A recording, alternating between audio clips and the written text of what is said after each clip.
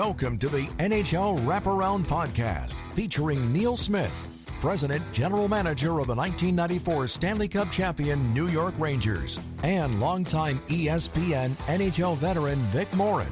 Together, they share no-nonsense opinions on news and issues around the National Hockey League. Whether you're a casual or diehard fan, each episode of NHL Wraparound will leave you more informed. Now, here's your hosts, Neil and Vic.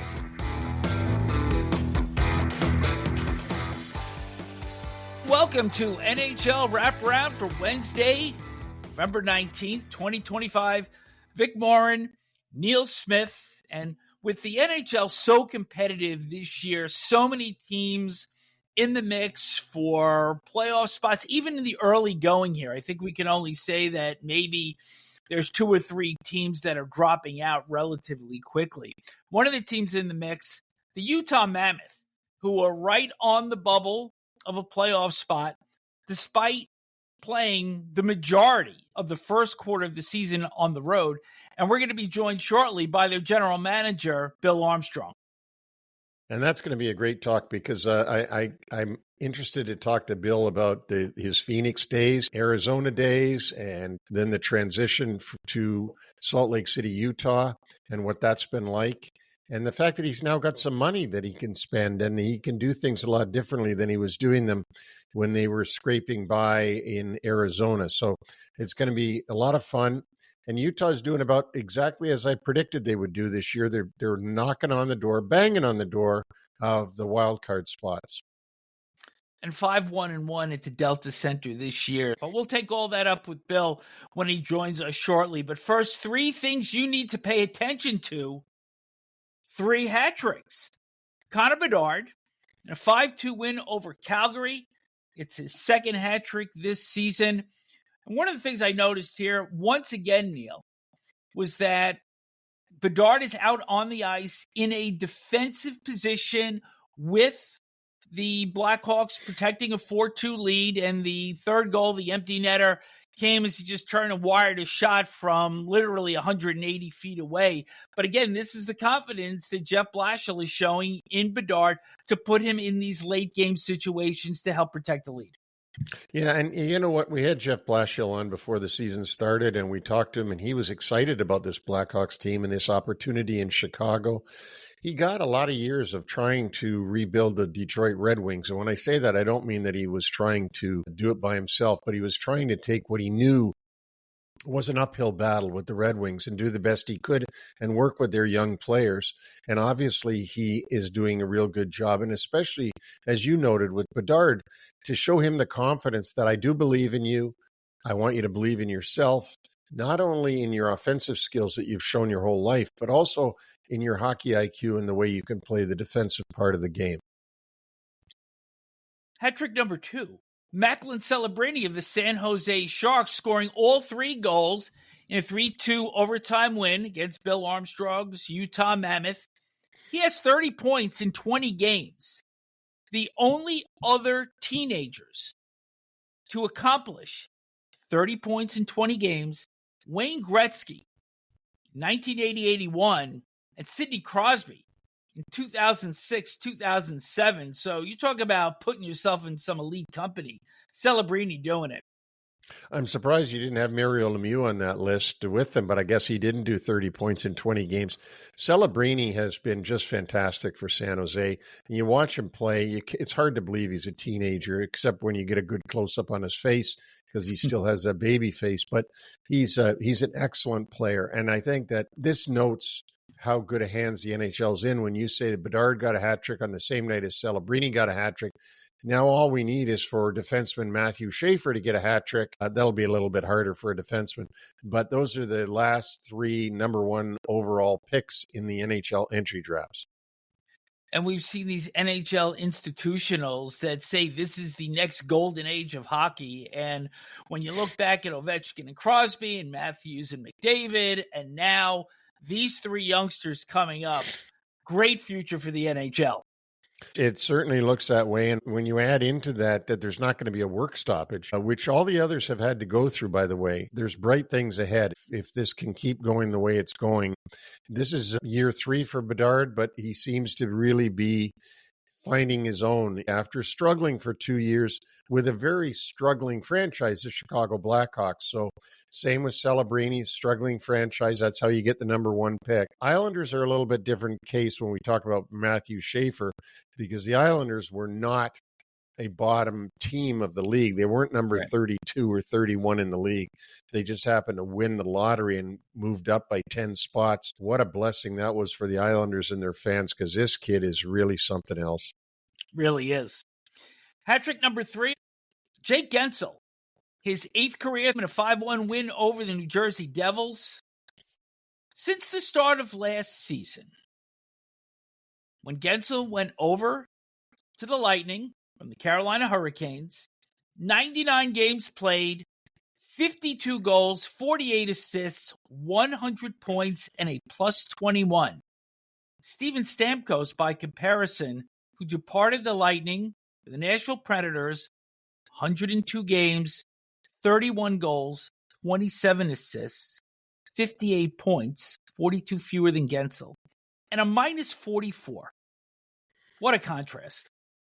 It is. And let's give Steven Stamkos a little bit of a break here and say, well, he's on a far inferior team with Nashville Predators than Guentzel is with the Tampa Bay Lightning. But still, that is a huge difference between those two players, and really shows you that Julien Brisebois and his management staff made the right call in allowing their captain, their longtime captain, the guy that hoisted those Stanley Cups for them. They let him go, and he moved on and signed with Nashville Predators. And in their mind, they replaced him with Jake Guentzel.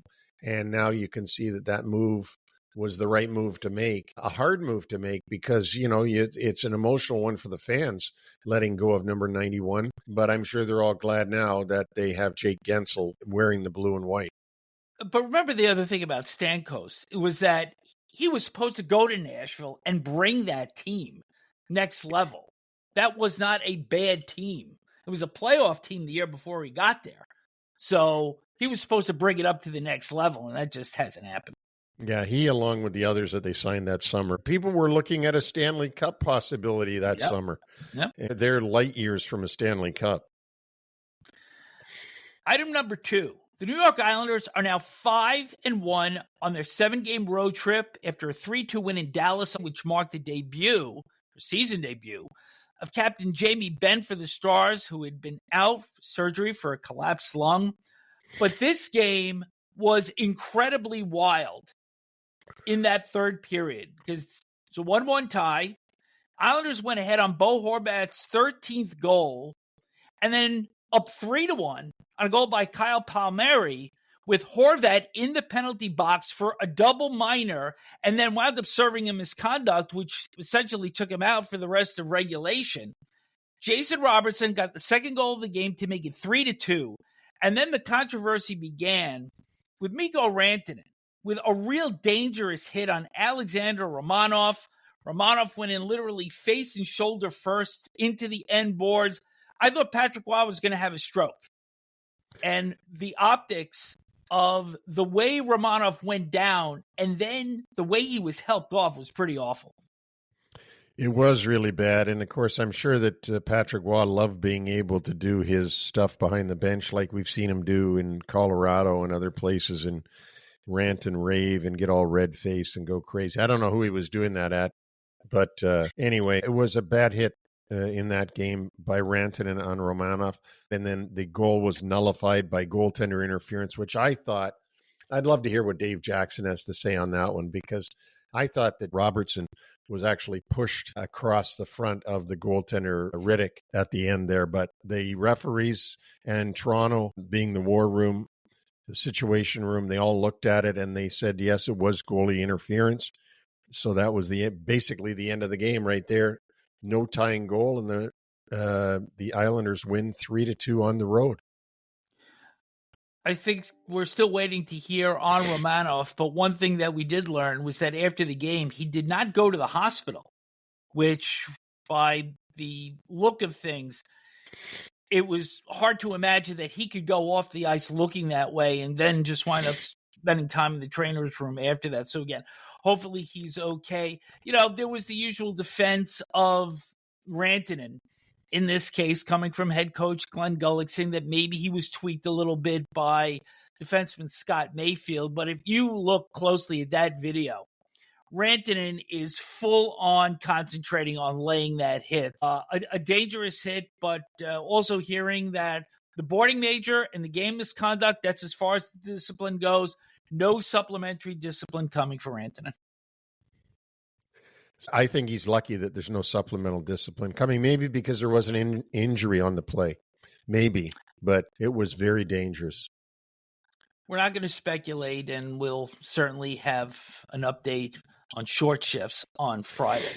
So the regular season hits the quarter pole on Thursday. So I pose this question to you. Of the 16 teams that did not make the playoffs last year, how many are in playoff spot today? Quite a few. I can't give you the exact number, but there's quite a few that are in that spot. For you sure. Want to throw a number out? 5. 7. Detroit, first in the Atlantic. Boston, second in the Atlantic. Pittsburgh, third in the Metro. And the New York Islanders, a wild card win in the West. Anaheim, first in the Pacific. And Chicago and Seattle, the 2 wild cards. So when you see how difficult it is to figure out what's going to happen on a night-to-night basis, here's Exhibit A. Absolutely. Absolutely. The only one that you can depend on so far this season is the team that hasn't made the playoffs for 14 straight years. And that's the Buffalo Sabres, who are languishing again in last place in the Eastern Conference. But reason for hope that we'll get to later on in the show. And that will wrap up 3 things you need to pay attention to. Now, let's welcome in the general manager of the Utah Mammoth, Bill Armstrong. Pleasure to bring in another one of my peers as far as current day peers as a general manager. And we're talking about the Utah Mammoth and Bill Armstrong. And Bill, thank you for doing this show with me and Vic. Absolute pleasure to come on. And, I've always watched you, Neil, from afar, just with your scouting background. So I knew you a long time before you probably knew me, just in regards to studying your path and how you became a GM. And then, Larry Plow has been my consultant. He's been my GM all the way back. And I know you had worked with Larry a long time. So I'd always heard a ton of good stories about you and your eye for talent. So, I was always appreciate you having me on, and nice to meet you, Vic. Speaking of which, Bill, I will tell you that I'm at every Islander game. I just told my wife last night, I said, did you know that the guy that I drafted in the second round in 1989 in that famous 89 draft, Bob Bugner, is the assistant coach for the Islanders? She said, well, have you talked to him? And I said, no. I haven't gone down to near the Islanders dressing room. I usually go to the visitors room and talk to the visiting guys because I know everybody and I want to say I don't get to see them. Anyway, getting back to Bill Armstrong and the Utah Mammoth, who's in their first year of having a nickname, the Mammoth. Bill, I thought of this a couple of days ago. The last teams in the NHL before you to relocate to a city that had never had NHL hockey. The last time that happened was when the Winnipeg Jets went to Phoenix in 1996. And then in 1997, the Hartford Whalers went to Greensboro, North Carolina, and eventually Raleigh, North Carolina, to become the Carolina Hurricanes. Yeah. So it hasn't been done in a long time. And I know that it's not as easy as it might seem on the outside to pack up in one place and go to another. It was easy in the sense that when we arrived, there was a hangar full of kids chanting for us. And we needed a little bit of love at that time. We'd been beaten up pretty good, just with no fans in the situation that we were in. And we got on the bus and drove down, and there was another 18,000 people waiting for us with 5,000 people out front. So I knew it was going to be an easy fit at that point, and we got a chance to meet Ryan and Ashley Smith. And They had set the bar high of what they wanted to provide for the players and the team coming in. So it was an exciting time. I think for everybody moving, it almost takes a year to get your place set up, and everybody had a horror story. And so it took us a while to kind of get adjusted to being here, but it's been nothing about greatness since then. And I can't say enough about our ownership group, SEG and Ryan and Ashley. I mean, what they said, that they delivered 100% and even more. Our practice facility is the nicest practice facility in the National Hockey League, and it's a testament to what they have done. And 12 months ago we put a shovel in the ground, and here we are now. It's done. So it's pretty impressive stuff. I want to take you back to a unique time in any GM's life when they, the Phoenix Coyotes / Arizona Coyotes, relocated to the college rink from the Glendale building. Yeah. Just tell me what that's like, because I can't imagine getting the word that, hey, guys, we're moving out of a 20,000 seat building and going into a 3,500 seat building. Well, I looked at only the positive, and I had to go out and sell it. And I just said, this is the fastest game on earth, and it's going to get a little faster because we're going to have the best ice in the National Hockey League in a small building like that. I said, listen, you're going to sit at center ice, and you're going to be 10 feet from the glass and in a box seat, and you're not going to get much better than that. You'll never get closer to an NHL game in that luxury. So we found ways to sell it. We built a facility the best that we could for our players. Enjoy the warm weather, boys. Whatever we could do to sell it, no state tax, the best taxes, the best weather. It's sunny every day. We did everything we could. And we hired people. They let us hire people at the time that could provide for the players and give from the time they landed here. They landed to the time that they went home. We tried to take care of them the best that we could. We did what we could with what we had. Bill, last Arizona question from me. The last year you were there and the rumor came out about going to Utah. And it seemed, at least from the outside, that really threw a monkey wrench into that season. It made everybody sort of, perhaps their focus came off of their task at hand because of that. Is that true, or is that just a rumor? It was a huge distraction for our team. We were flying along, and we ended up going on the road to Florida. It was a tough trip. We were playing Florida, Tampa, Carolina, Wash, and it just continued to surface, and it just continued to surface. And from that moment on, I think we went on a 14-game losing streak. It affected everybody. It affects your people that work for the club. It affects your players that are on the ice. It affects your media. Everybody's affected from it. So it was just a lot of energy sucked out of the room. At the end of the year, it came out again, and our players were kind of used to it. It didn't affect us. We kind of moved forward and kept winning and kept fighting. But the people, it does affect everybody. Everybody wants stability in the National Hockey League. Everybody wants a good owner and a good fan base. And when you don't tend to have all those aspects coming in, it's just energy it's wasted energy. You're constantly fighting it off. Bill, what could you say that is completely unique about the Salt Lake City market that is different? Because you've been to every market. What is so different and so unique and so appealing about Salt Lake City that people may not know?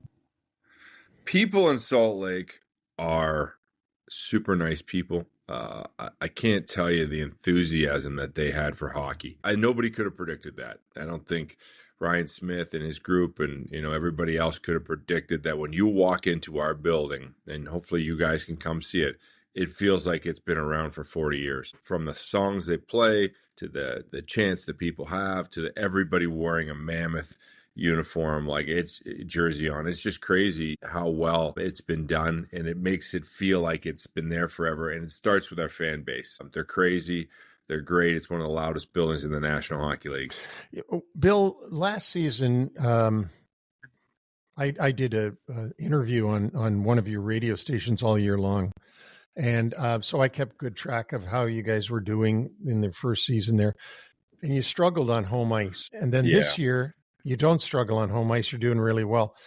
Is there any explanation for that you see from the press box, or is that serendipity? There's a couple little excuses I would say that we had, but the main thing that we fought was we overtried. We were over emotional. We wanted to show our fans how much we cared, how we wanted, and it's just we got frustrated. We were slamming our sticks, and I think it was a hard one too because where we were practicing at the time only had one rink, and I don't know if it was set up to be an NHL rink at the time, and our ice wasn't, they tried the best they could, but it was hard to practice. And then we'd go to the game rink and the puck would bounce all over. And it was just a hard thing for us. It sounds like a little thing, but you're playing on it every night and then you're over trying and you're over frustrated. And it took us a while to settle in and feel like it's like when you get a new house and you go home and finally one day you arrive and you're like, yeah, it feels like home now. When that day happened for us, it clicked. And all of a sudden we were like, okay, let's go. And we got into this rhythm of playing at home, and it's continued this year, and it's a great place to play. They got new seating in there. It looks like a hockey rink, and it's loud, and our fans are crazy. So you couldn't ask for anything more. And I think, on the other side of that, from what our organization's been through, we're super appreciative. We don't take our fans for granted. I think that's one thing about our group that probably makes us a little bit different from what we've been through. We're very appreciative of all the little things. Kind of a good news, bad news thing here because the club has only won one out of their last 7, but you've gotten points in your last 4 games. Real tough one in Anaheim where you were ahead with 5 seconds left, got tied, and then lost in extra time.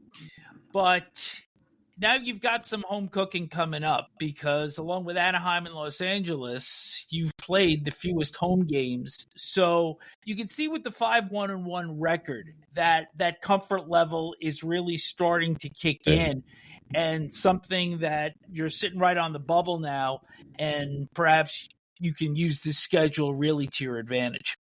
Yeah, and it has been a little bit of a battle lately. What I've liked about the group, though, is we've got 5 of the 8 points. In previous years with our young group, we wouldn't have been able to achieve that. So, yeah, it didn't go our way. There's some learning lessons in there for sure, some hard ones that we had to learn early on. But I'd rather learn them early, and I'd rather know that our guys are finding ways to get points through a little bit of our struggle here. So it's a good thing. And I've always felt with this group and being young, from the Logan Coolies, the Gunthers, they're pretty adaptable kids.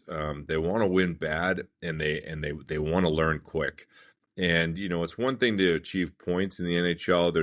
There's another thing to achieve points, as a player, but also win. It's a totally different, and we're kind of in that market now where you got to play a little defense. It's not just offense, and at the same time you got to produce.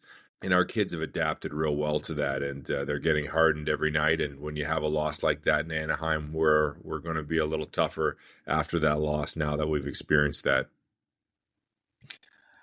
I really like the way this team is built right now. You've got 5 first picks in your lineup: Keller, Cooley, Gunther, Hayton, Simishev. Yeah. And you've been there since 2000. And you came over, really cut your teeth for the GM role in St. Louis. You won a Stanley Cup as assistant GM with the Blues in 2019. What would you say you took most out of your experience in St. Louis that prepared you for the GM position and to build this club the way you have? Yeah, I mean, I had good experience about coaching, from assistant coach to head coach in the American League at a really, really young age. I think I was 31-year-old head coach in the American League. So I'd kind of get that underneath me. And then I got into scouting and I learned how to evaluate. And then, obviously I had some great people in front of me of Jarmo Kekalainen and Doug Armstrong, so Larry Plows of the world. I had some really good hockey people to kind of to learn from and teach me about how to building teams. And St. Louis was a slow burn for us. So, it took us a while to kind of beat the Chicagos and LAs that were crushing it at the time and build a better team. And I learned a lot about the character and how to dig a little bit deeper when you're scouting to find the guys that are not only, as Larry Plow comes from Larry Plow, have talent, but they have first or second efforts. And I think that's what I kind of tried to bring. And when we gutted the whole organization from players to pretty much everything else, one of the things that we tried to do is our thought process was to build an elite front office hockey staff, a championship staff off the ice before we could build one on the ice. And when we rolled in and we decided to start to go to work on drafting, we got two of the best scouts that I could find with Daryl and Ryan Jankowski, and they were unbelievable. They built an incredible scouting staff, and then we just tried to acquire as many picks as we could and take as many shots as we could. And right away we got Gunther, and that was, once you got him underneath our belt, we were like, okay. That was a massive draft for us because we got Doan and Moser in the same draft with Lilberg too was in there. So there was guys that we just were teeing in, it was a COVID year and our guys were on the road, and I knew we could hammer it because we did the work, and it wasn't easy scouting at the time, but that was kind of our base. And then the next year you come in with, the Cooley, Geeky Lamoureux draft, and then, Simashev boot after that. And then, we've got a couple good ones underneath our belt with the Ginland, Baudouin coming through and some other guys and Dionne. So we pride ourselves in being a scouting organization. That's the backbone of what we do. And now it's just a process of just adding player on player. One thing I always felt as a GM, I did a lot of study when I came in, and there's a lot of things I couldn't do because of money, but I always felt like the one thing that no one could stop us from doing was drafting. They're going to give you 7 picks every year, boys. They cannot stop you from drafting a good team. And that was our whole philosophy from the moment we walked in the doors. Get the best scouts, get the best process, go to work, outwork teams. And that's what we've tried to do with our scouting. And I like what our group has done. And we work on scouting. When we come in, from the start of the season, I remember when I first come in, the scouts used to go golfing. I banned that, and we go to scout school, and we go to work about getting a better process, and we work on that every single day. So that's kind of the backbone of how we got to where we are. But you've also done a lot of work on the trade side, free agent signings, and half of your defenses come via trade. You also got Peterka from Buffalo in that deal involving Kesselring. And your goaltenders, both free agents, Vejmelka and Vitek Vanacek. And you've also got some undrafted players. So it's an interesting mix. So as you evaluate this team, and of course, as Neil knows as well as anybody, it's a never-ending job because you're always looking forward. Where do you see this club having to bulk up the most as we get into the winter months and approach the trade deadline? What is the early evaluation of the team revealing for you? Yeah, I think we're a fast-paced team. I don't think we're perfect. I don't think we're, like I always say to people, we're 60% done. We're not ready to win the cup just yet. It doesn't mean we can't work towards getting there, but we've got to take a step, and our step is trying to get in the playoffs. That's our goal. It's just grind every night to get points, to find a way to get in.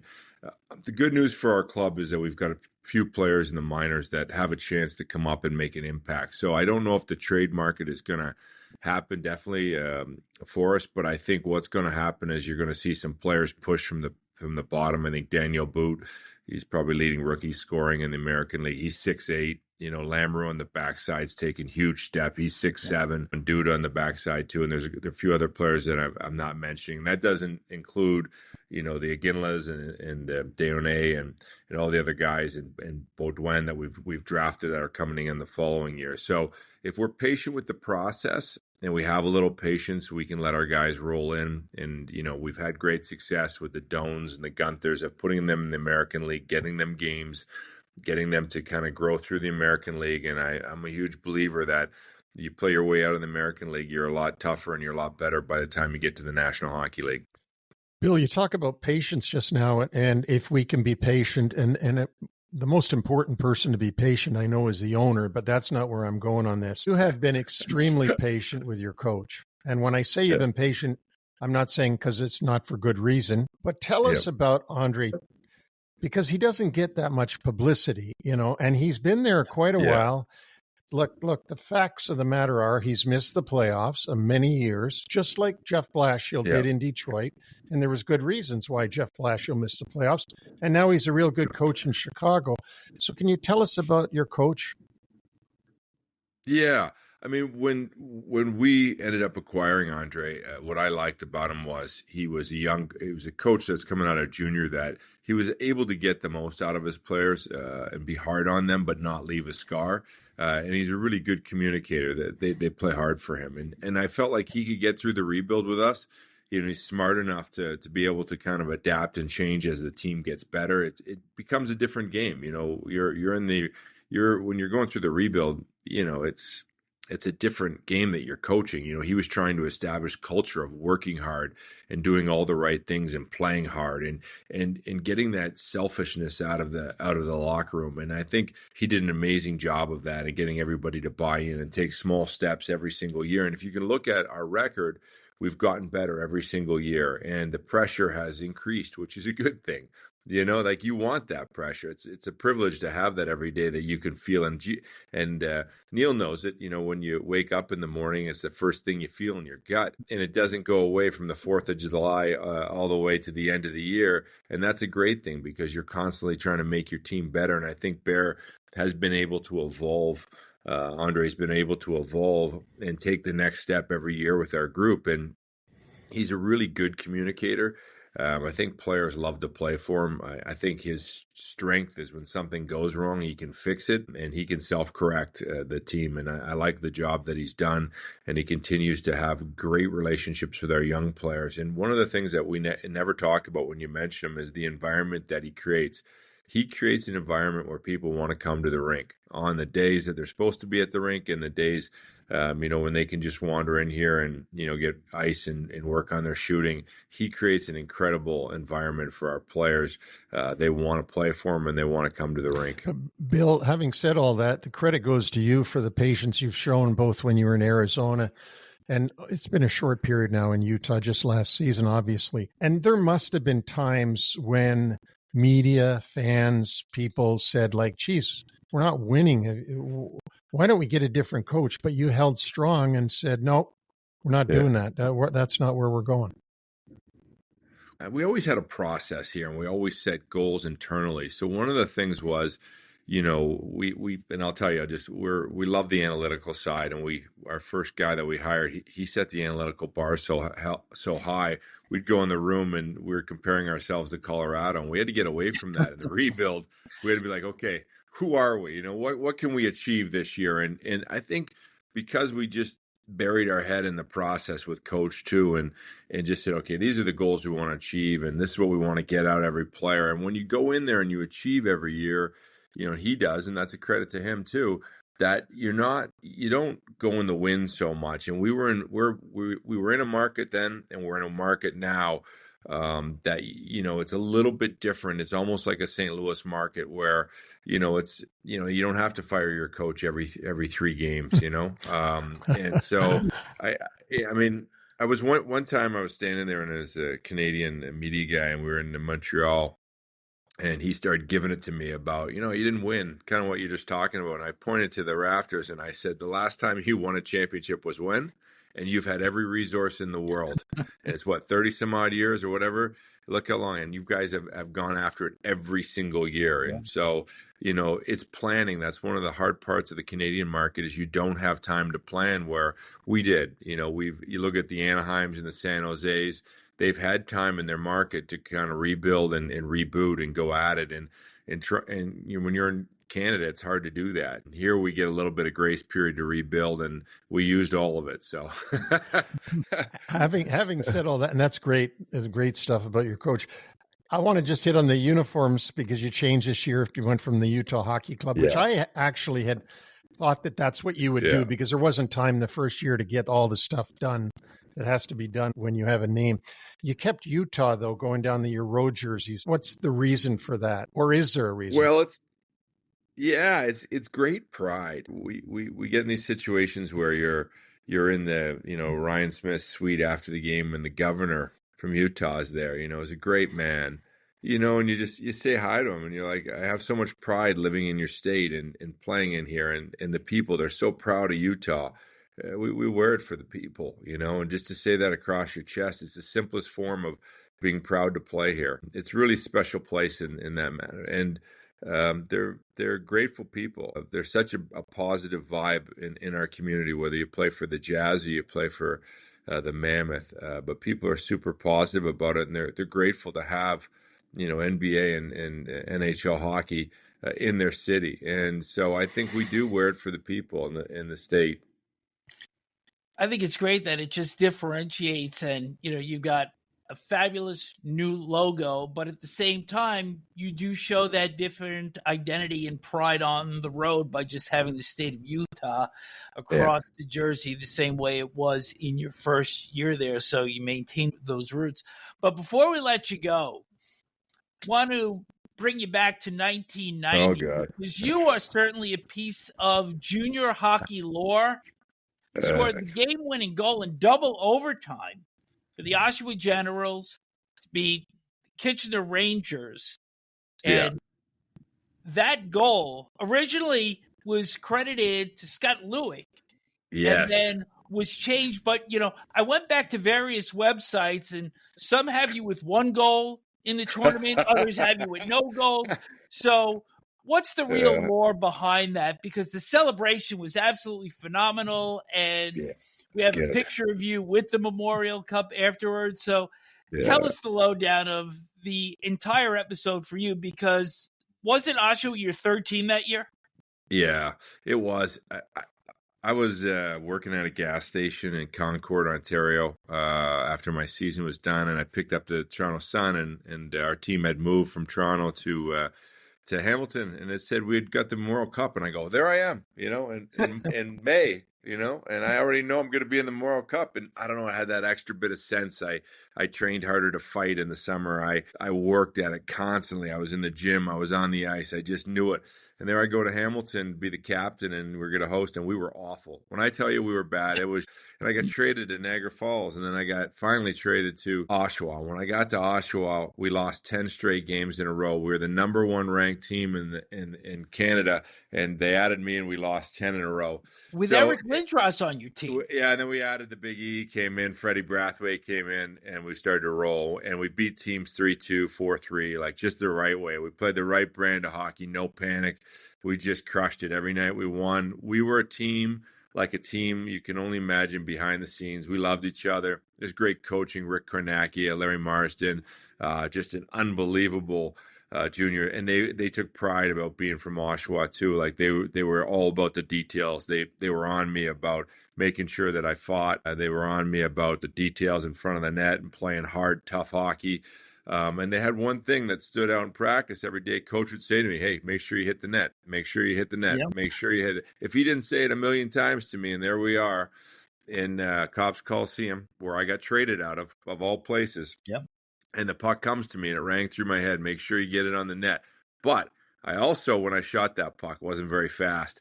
And I knew that if it hit anything, I was in trouble because I hung in there long enough to get it. And I shot it, and as soon as I shot it, I said, get to the middle of the ice, get back. And I turned, and I took 3 good hard strides, and I heard this, ha! And this selfish little moment came over me where I said to myself, hey, I think I just got the assist on the game winner. And I turned around, and my teammates mauled me. But that's just the type of team that we were, where the guy said, I didn't touch it. It's not my goal, and just unbelievable human beings on that team. And it was half hockey players, half doctors and lawyers, and the most successful, great people you see in the world. We go back for reunions, and all the hockey players look at all the doctors, lawyers, and architects and say, hey, we should have been you. And they all look at us, man, we should have stayed in hockey. So it's an amazing bunch of guys, and we get together about every few years and celebrate again. So it's a pretty cool thing. You talked about what amazing people they are. And when I looked at the footage of this goal, your goalie, Freddie Brathwaite, that you had mentioned before and played in the NHL a bit, and instead of jumping into the mosh pile, he went to the other end of the rink to console the Kitchener goalie, Mike Torchia. And that was just one great piece of it amongst a team that I believe won its first Memorial Cup that year in 44 years for Oshawa. Yeah, it was a long time. And you felt for the Kitchener Rangers. They were an unbelievable organization. They had unbelievable players. When you go that far into the double overtime, and you'd have stuff ringing through your brain. It'd be like, hey man, like I remember I got caught on a line change coming off the bench. I might have been the slowest player on the ice, I think, but I was the fastest player for the next 10 seconds catching that guy. Like I was not going to make TSN with my man. And I remember I hooked a guy down. It was Gilbert Dion, who's a pretty good junior player, went on to play. And I hooked him, and then I cross-checked him, and he was whining to Steve Walkham. And Walkham looked at him, and he goes, hey, I ain't deciding this one, boys. So I knew right then it was like street rules, Well, Army, this has been fantastic, and I sure hope Vic and I can get out there or to the arena and see the team in person. I've seen you play at UBS Arena in New York, but I find your team really exciting. It's a fun team to watch. It was fun to do that show last year in Utah all year long, and kept me staying up late at night watching the hockey club games. But it's been great. I really admire your patience. I know how easy it is to lose patience, and somehow God gave you some great patience because you've stuck with this, and it's now, I think it's going to bear fruit for you soon. So Vic and I really appreciate you doing this with us. We hope to have you back again sometime, and just good luck the rest of the way. I appreciate it. We'd love to have your show. We'd bring you right in Utah. Make sure you guys come out. We'd love to have you. It's a heck of experience coming out here and come into the Delta Center. You know what? Let's make a promise. When we get into the playoffs, you guys are coming, right? We can do a live show from there. How about a live stream? As long as you'll come on as a guest on the live stream, so that we've got a reason, 100%. So that we have a reason for fans to want to look at it. Well, hey, listen, you know what I'd like to do with you one time, Neil, too, is we'll have to do a show about drafting and talk about some of the great scouts. And my old agent, Anton Thun, gave me a book about every GM that's been in the National Hockey League. And there's a great picture of all the old scouts going to Europe from Ken Hall, and you actually are taking the picture. It even talks about you taking the picture in there and all the great old scouts. But we need to do a show one day and talk about some of the guys that have drafted the Hall of Fame or players out of nowhere, and they need a little bit of love because there's a whole story behind a story about hockey, and you've got a great history of drafting players too. Bill, one of my favorite things to do with the players when we get together with the '94 team, I love this, is I get to tell the player and his wife and family how he ended up on the Rangers. Because you never do that, do you? When you trade for a guy, you don't sit him down and say, okay, well, here was my thought, and then I was able to do this. And, I bamboozled the other guy into this, So I really find that fun now that we're all on the same level. I'm no longer the GM. I'm just one of their friends. So, Bill, we won't keep you any longer. Good luck to you, the Mammoth, and Coach Tourigny. And we'll be watching and cheering and hoping that you get in the playoffs. Can't wait to see you guys in the playoffs here, boys. It's going to be good. All right. Take care now. Sounds great. All right. Bye, guys. Bye. Well, Vic, that was just outstanding. What a great guy. I really got to tell you, I don't know Bill Armstrong as well as say I know Doug Armstrong, but what an entertaining interview. What an insightful interview. Really, really, I really enjoyed that. I'll tell you what I enjoyed. The prospect of them making the playoffs and dipping into the NHL wraparound budget to fly out to Salt Lake City. Well, you can't dip very far into a non-existent budget. But nonetheless, the invite, it's so funny because through the contacts that we have made through this show, the relationships that are built, and having covered so many of these teams, you wind up becoming a fan of everybody. You root for people. Well, and you really do. And when I say at the end there, we'll be cheering for you, I really mean it. Like, not that we're literally going to sit and cheer, but we are hoping for good things because now you feel like you know the guy. And how do you cheer against guys that you know and you like? But that turns out to be the whole league. So we're hard pressed to cheer against anybody because this show ends up making you like and more importantly, respect everybody. As we'd mentioned earlier in the show, the quarter pole of the season is coming up on Thursday, and we thought we'd do something a little bit different here and take a look at the 8 teams that did not make the playoffs in the Eastern Conference last season and what needs to happen or may not happen to either get them in the playoffs or prevent them from making it again. We're going to do the Western Conference teams next week. But, Neil, we're going to start with the New York Islanders, who currently are sitting in a wild card spot, entering play on Wednesday. Why will they get in, or why won't they get in as we look forward to the last 3 quarters of the season? Well, the 2 guys that will give them reason to get in is clearly Bo Horvat, who's having a tremendous start with 13 goals and a plus 12 already this season. And, of course, young Matthew Schaefer, who's leading the league in power play points for defensemen. He's come in and been a huge thing. I think he's actually an upgrade to Noah Dobson, who they traded to Montreal. And while we thought that losing Dobson was going to be a negative, I'm not sure that they haven't come out net positive with this young kid, Schaefer. So those are the reasons why they could make it. Why will they maybe not make it? Well, their goaltending, neither one is at 900 save percentage. They got to get up to 900 save percentage on those 2. I'd say right now the New York Islanders are right on the bubble of making it, not making it. If you said to me, are they going to make it? At this point, I'd have to say yes, but it's a long season. And as you said, we're only a quarter of the way through.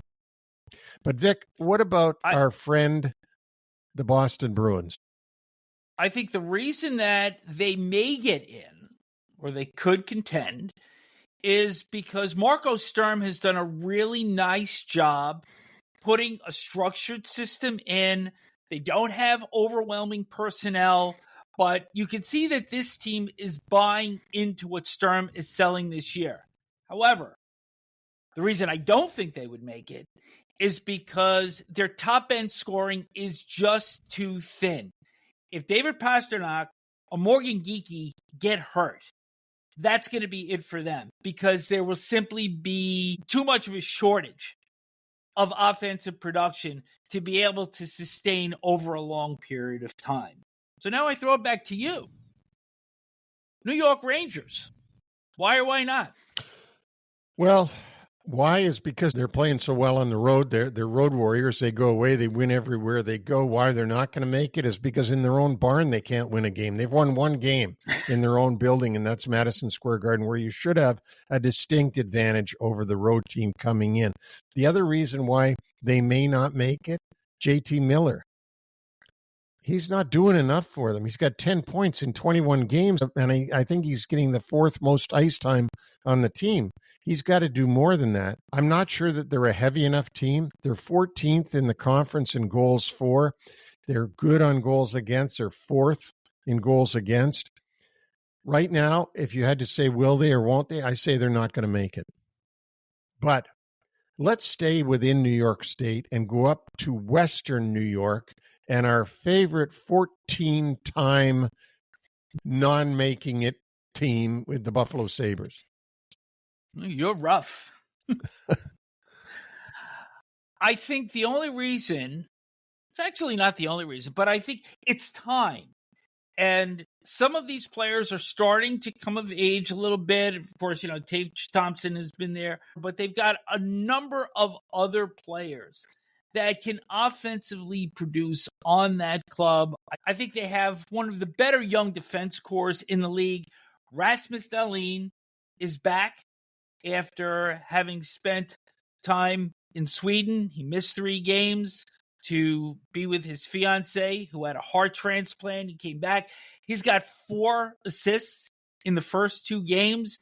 And I think if their goaltending holds up, I think it will give them a shot. But the other piece of this is that even though they're still in last, they are relatively close. But in past seasons, they haven't been able to avoid a long losing streak, which essentially dumps them out of the race. So those are the 2 pieces for the Buffalo Sabres. So now I send it back to you for the Philadelphia Flyers. Why or why not? Philadelphia's not going to make it this season. I'm just going to cut right to the chase. They're 16th in the conference in goals for. They're good on goals against at 3rd. Their row is 5. That means regulation or overtime wins. They've only got 5, and that's 16th in the conference. So if you'd end up tied with somebody, you're not winning on the row. So I don't see any strong point that it's going to push them into playoffs. Vladar, the goaltender that they got from Calgary, is free agent, playing well for them. But other than that, I just don't see a reason why the Philadelphia Flyers are going to go from where they are now, which is number 6 in the wild card standings, to number 1 or 2. I just don't see it happening. But let's stay in these bubble teams from last year and go to the Columbus Blue Jackets, who last night had to play in Winnipeg after playing the night before at home and flew 1,500 miles overnight to arrive in their hotel at 4 a.m. That game in and of itself is not going to be why or why not, but I look at the positive first with them, is that this club was able to create an identity a year ago with the passing of Johnny Gaudreau, and we're really on a mission the entire year to try to get in the playoffs. They just fell short at the end because they went south in March after their outdoor game against the Detroit Red Wings. But this is a club this year that I believe learned a lot from having to galvanize with Gaudreau's passing, and they're a more mature team this year. The one thing that scares me about them a little bit would be the injury bug. Boone Jenner, who missed 56 games last year, is out long-term again this time around, and I'm not certain that this club is going to be able to sustain injuries to key players. We could look at Adam Fantilli and Kirill Marchenko, players of that nature. And if either of those two players get injured, and let's not forget Zach Werenski, who's one of the best defensemen in the NHL and has had injury problems in the past. If either of those 3 players get hurt and they're out for a sustainable period of time, that's what I see keeping Columbus out. So last one for you, Pittsburgh Penguins. I'm going to shock you with this one. Pittsburgh's going to make the playoffs this year. And I didn't see this coming, but they are going to make it unless they get devastating injuries. Their goaltending has been really good up till this point. They're 9th in the conference in goals for. They're 2nd in goals against. They're not getting scored on a lot. They've got a very good row. And as I said, their goalies are both well over 900 save percentage, 911 and 917. But here's the one, and you know me with this goal differential thing. They're number 3 in the entire 32-team league with a plus 12 at this point. That's going to take some pretty awful hockey to knock that thing down to a minus, which would knock them out of the playoffs on the Neil Smith barometer. But I think the Pittsburgh Penguins have put enough chestnuts in their tree that they're going to be able to make it through the winter and come out in the spring fat and in the playoffs. So I give them a lot of credit. I didn't see this coming. New coach Dan Muse must be doing a heck of a job. And we know that Sidney Crosby is the ageless wonder. We know how well he's playing. So, yeah, I'm shocked that I'm saying this at this point in the season, but I think I would bet on the Pittsburgh Penguins to be making the playoffs this year. Last team that we're going to... I'm stunned. I'm shocked. Well, I'm shocked. I know you are, and that's why we do this live and we don't tip each other off beforehand. My old team in the Motor City, the Detroit Red Wings. What do you think? I think that the reason they would get in is because a lot of these players have had time to mature together. I think I'd like to see Dylan Larkin get back in the playoffs for the first time since he was a rookie. I think they've got some other good components on that team. Alex DeBrincat, Patrick Kane gives them leadership and championship pedigree. I don't hate their defense. I don't love it, but I don't hate it. And I believe that their goaltending has been stabilized with John Gibson and Cam Talbot. So this is one of those teams that I believe is going to go right to the wire because they're not elite, but they're good enough to hang around. And if they can run up a string of wins heading into the holiday, maybe create a little bit of space between them and the rest of the bubble teams, they'll be able to hang on at the end. But the other pieces, they haven't gotten in 9 years. And much like Buffalo, I'm afraid that this club is susceptible to an extended winless streak that would keep them out. And we've seen it in their past, and we could see it again in their future. You are what you are until you show us differently. Very good. I enjoyed that. We'll do this again with the West next week. So I want to talk some elder statesmen here. It seems that every time Alex Ovechkin scores, we have to make some sort of mention of it, but I promise that we're not going to talk about every goal until he gets to 1,000, if he ever gets there. But on Monday, he scored number 903 in a 2-1 win over the LA Kings. That was his 442nd goal at the MCI Center / Verizon Center / Capital One Arena, surpassing Gordie Howe at the Detroit Olympia, place that you might be a little familiar with. Yeah, I saw them tear it down, and I also saw games in there. Winnipeg forward Mark Scheifele, 3 assists on the night that he became the Winnipeg Jets' all-time franchise leader in games played with 898, surpassing Blake Wheeler. It was a 5-2 win for the Jets against Columbus. And as you had mentioned before, the Blue Jackets had a really rotten piece of scheduling handed to them by having to fly into Winnipeg after playing in Columbus on Monday, winning that game in a shootout. They get in at 3:30 a.m., as you had said, but that was 4:30 in the time that they had left Columbus. You're also going through customs.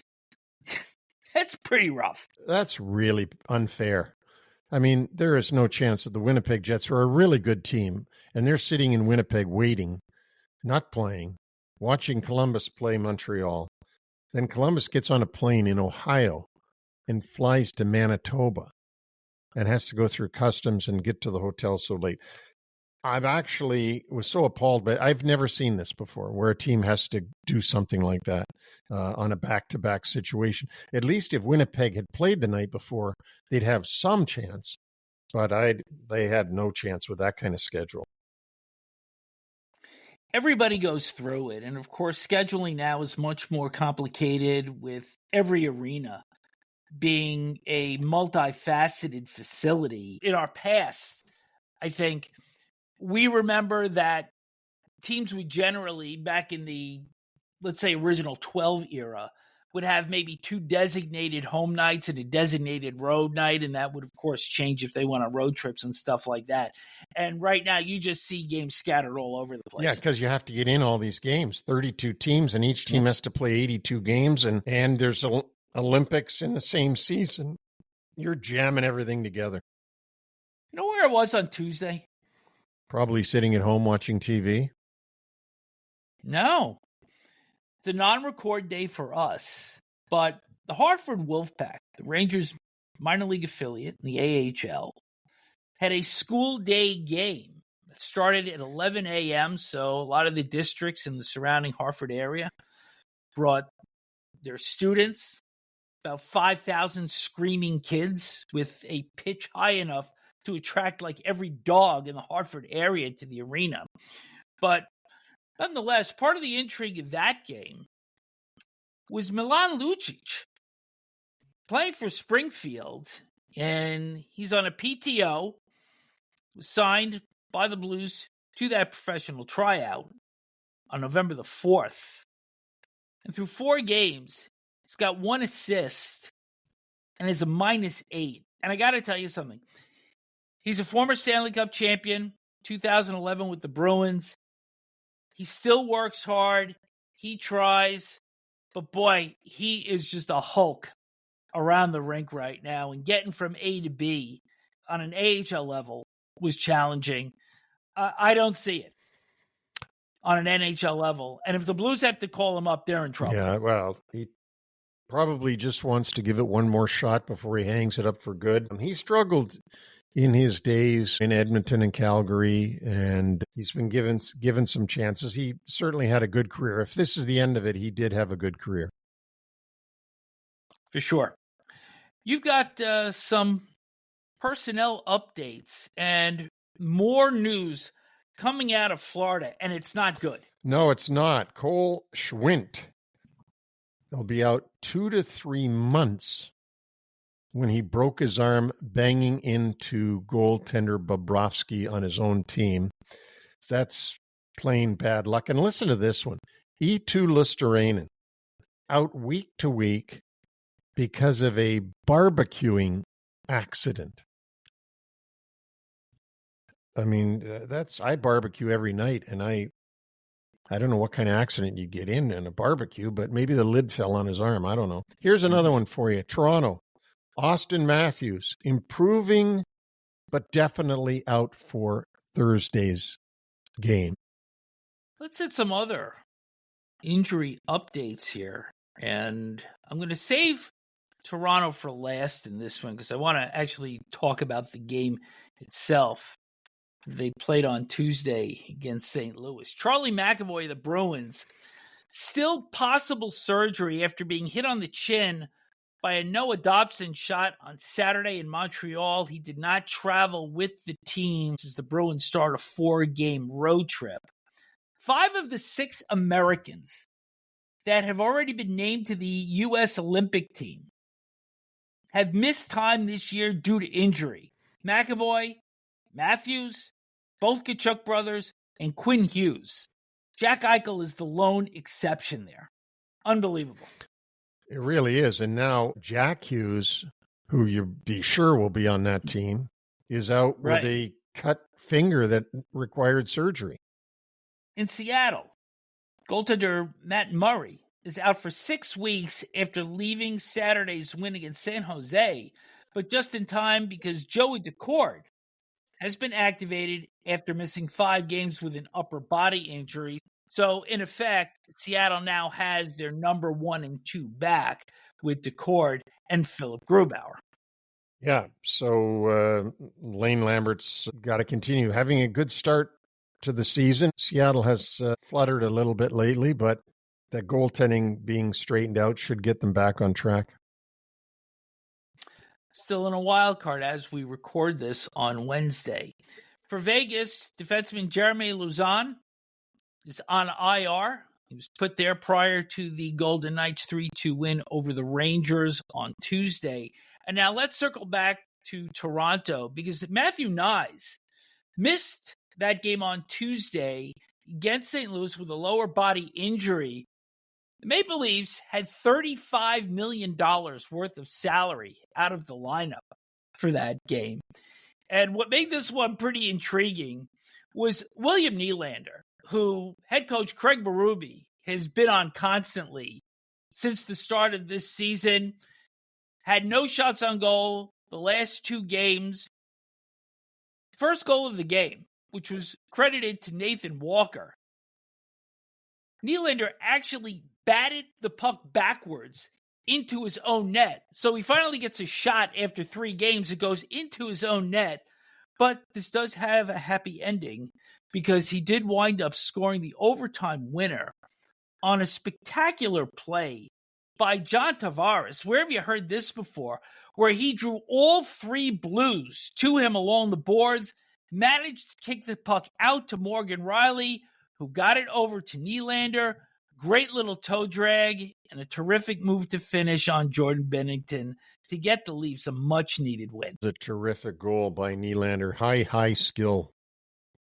Really worth finding and watching if you haven't seen it. Fun show today. Thanks to Utah General Manager Bill Armstrong for joining us. And thank you to the listeners, all of you that are out there that listen to us and or watch us on YouTube. Reach out to us. Tell us what you think, what you'd like to hear, what you'd like to see.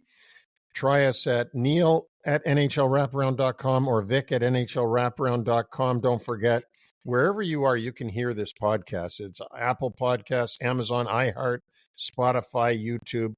Please subscribe and get your friends to subscribe. We need all those subscribers we can get so that we can get sponsors, and then we can keep doing this. Closing in on the 700 mark, and 700 subscriber will get his name mentioned, and Neil will send you a coffee mug. Yeah. So please sign up, get your friends, And let's keep moving this thing forward. Our website, NHLWraparound.com, and the latest on New York Centric by Patrick Hoffman talks about the New York Islanders and their winning ways. We also have Neil's Nuggets and Smith's picks. Captain, you are 4-1 on consecutive nights. You've eclipsed the 100 mark. You're 104, 62, and 24. I'm not saying that you're the member of the 100 club because, as we said a week ago, there's no club. It's just you. Just me and my 610 winning percentage, which I'll take it. Short Shifts comes your way again on Friday. Celebrity show next Tuesday. And Wraparound again next Wednesday in advance of Thanksgiving. Thanks for joining us.